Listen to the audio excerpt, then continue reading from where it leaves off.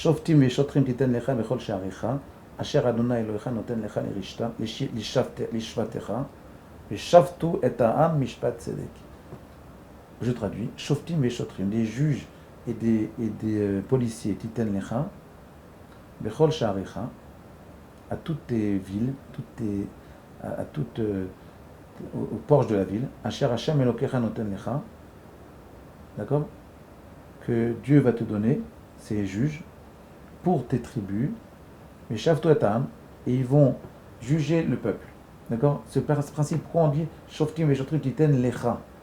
Alors nous on comprend, titen lecha, ça veut dire shoftim veshotrim, tu vas te donner des juges et des policiers à toi-même. Alors le Rav Yerucham il dit en fait, ça veut dire aussi que la société juive, elle doit se donner des tribunaux et des moyens de réaliser les décisions du tribunal, c'est-à-dire la police, mais également nous-mêmes.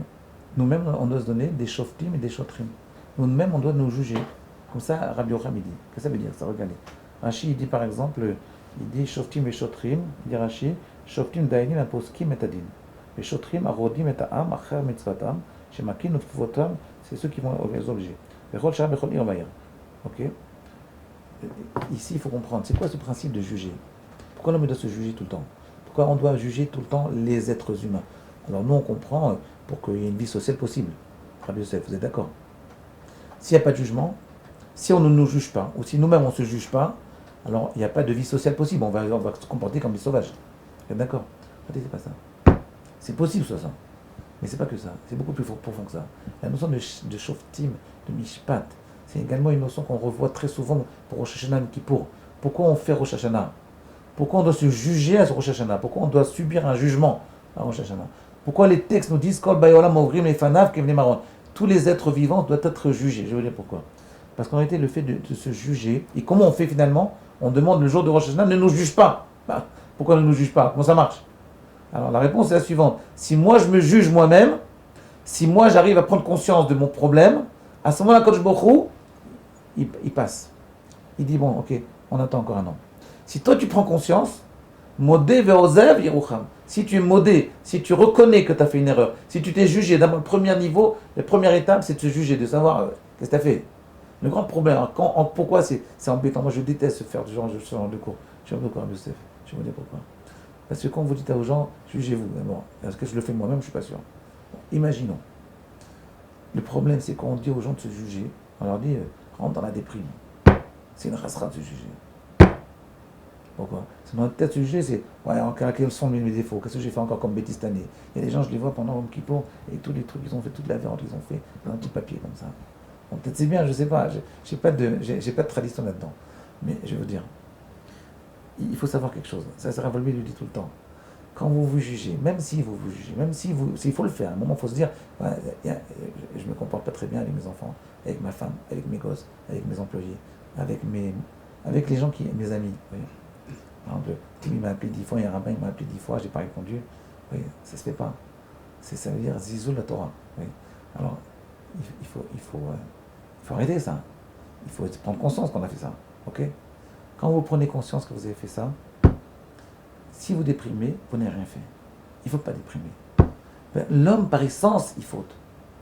Il fait des actes positifs, mais il fait des actes négatifs.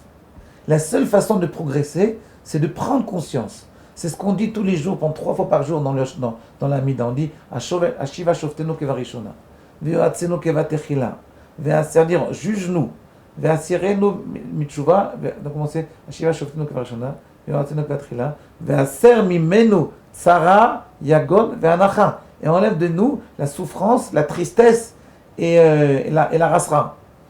D'accord? Comment c'est tsara yagon ve'anacha? Anacha c'est la rasra. C'est les Marocains comme ça quand ils expirent. Oui. Bon. Écoutez bien. Ça veut dire quel rapport entre enlève de nous la rasera et juge-nous? Ben, je vais vous dire, quand vous vous jugez et vous dites voilà, maintenant je suis clair, je sais où j'en suis, plus ou moins. Normalement ça doit vous rendre joyeux. Pourquoi? Ok, maintenant je sais où j'en suis. Maintenant je peux progresser. Tant que vous étiez dans le flou, tant que vous étiez dans le virtuel, tant que vous vous preniez pour un tzaddik, vous ne pouviez pas progresser. quand vous viviez dans un monde complètement virtuel. Mais maintenant que vous avez réussi à prendre conscience de votre être, alors à ce moment-là, enlève de moi la tristesse, la souffrance et la rasra. Yagon, c'est la rasra. Vous voyez, comprenez? Qu'est-ce que ça veut dire? Ça veut dire que c'est très profond. Hein. Ça veut dire que en fait, un homme, si il prend conscience de ce qu'il est, eh bien, il ne doit pas déprimer. Si c'est fait d'une façon objective et c'est fait d'une façon un peu modeste, il doit ressortir de là, sa mère, joyeux. Parce que maintenant, il sait qu'il peut progresser. Parce qu'il sait où il en est. Oui. Quand vous regardez quand vous regardez vous-même les côtés positifs de votre être, et bien normalement, il faut voir ça positivement. Maintenant, je sais où j'en suis. Quand vous regardez les côtés négatifs, je regarde positivement. Ça me dit maintenant, je regarde mes défauts, mais pas parce que pour me dire, comme je suis un débile, c'est pour me dire maintenant, je vais pouvoir progresser. Côté bien. Ce que je vous dis par là, c'est qu'il faut faire très attention avec les reproches. Quand vous regardez, regardez, prenez conscience de vos défauts. Prenez conscience des avérotes qu'on a fait pendant l'année. Mais je vous déconseille de faire prendre conscience aux autres des avérotes qu'ils ont fait eux. Parlez de vous-même. Mais pour les autres, je ne vous conseille pas. Parce que les gens, ils sont très susceptibles.